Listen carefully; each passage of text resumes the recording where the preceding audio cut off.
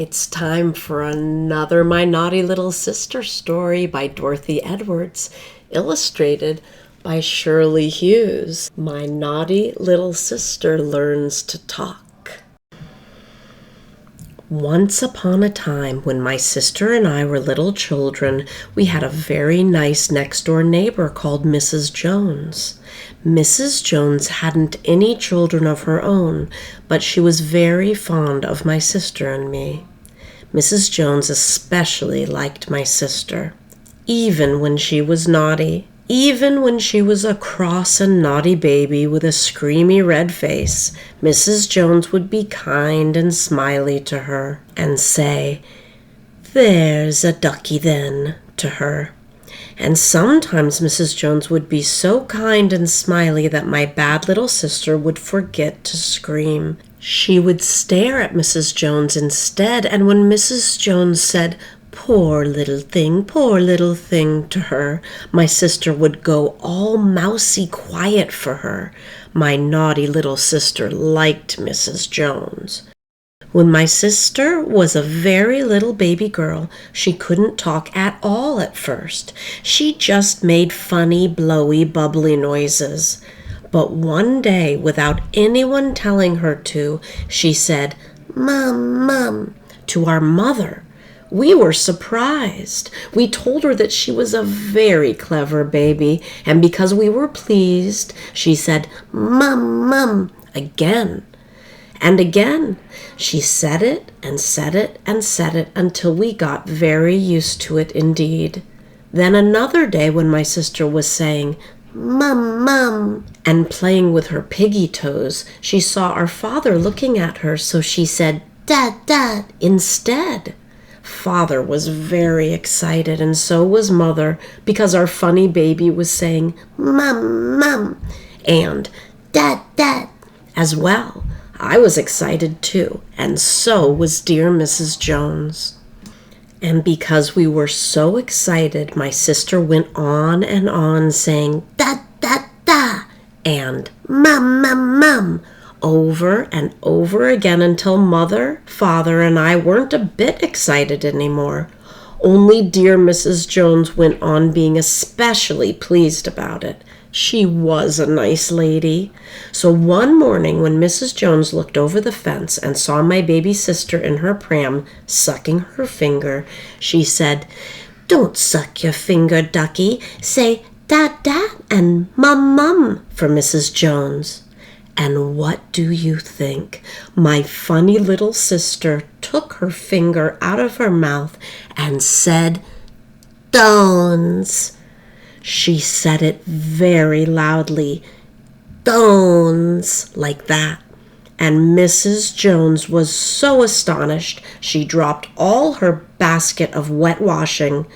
"Dones, Dones, Dones," my sister said, because she couldn't quite say Jones, and Mrs. Jones was so pleased she left all her wet washing on the path and ran in to fetch Mr. Jones to come and hear. Mr. Jones, who had been hammering nails in the kitchen, came out with a hammer in his hand and a nail in his mouth, running as fast as he could to hear my sister say, "Dones." When she said it to him, Mr. Jones said my sister was a little knockout, which meant she was very clever indeed. After that, my sister became their very special friend. When she got bigger, she started to say other words too, but Mr. and Mrs. Jones still liked it best when she said "Dones" to them. If she was in our garden and they were in their garden, they always talked to her. Even when she could walk and get into mischief, they still liked her. One day, a very funny thing happened. Mrs. Jones was in her kitchen washing a lettuce for Mr. Jones's dinner when she heard a little voice say, "Dones," and there was my naughty little sister standing on Mrs. Jones's back doorstep, and no one was with her. And my little sister was smiling in a very pleased way. The back gate was closed, and the side gate was closed, and the fence was so high she couldn't have got over it. Mrs. Jones was very pleased to see my sister and gave her a big, big kiss and a jam tart. But she was surprised as well and said, "How did you get here, Ducky?" But my little sister didn't know enough words to tell about things. She just ate her jam tart. Then she gave Mrs. Jones a big kiss with jam on. But she didn't say anything. So Mrs. Jones took my sister back to our house, and Mrs. Jones and Mother wondered and wondered. The very next day, when Mrs. Jones was upstairs making her bed, she heard the little voice downstairs saying, "Stones, stones." And there was my sister again. And the back gate was shut, and the side gate was shut, and the fence was still too high for her to climb over. Mrs. Jones ran straight downstairs and picked my sister up and took her home again. When Mr. Jones came home, Mrs. Jones told him, and Mother told Father, and they all stood in the gardens and talked, and my sister laughed but didn't say anything. Then I remembered something I'd found out when I was only as big as my sister was then. Right up by a big bush at the back of our garden was a place in the fence where the wood wasn't nailed anymore, and if you were little enough, you could push the wood to the side and get through. When I showed them the place, everybody laughed. My sister laughed very loud indeed, and then she went through the hole straight away to show how easy it was.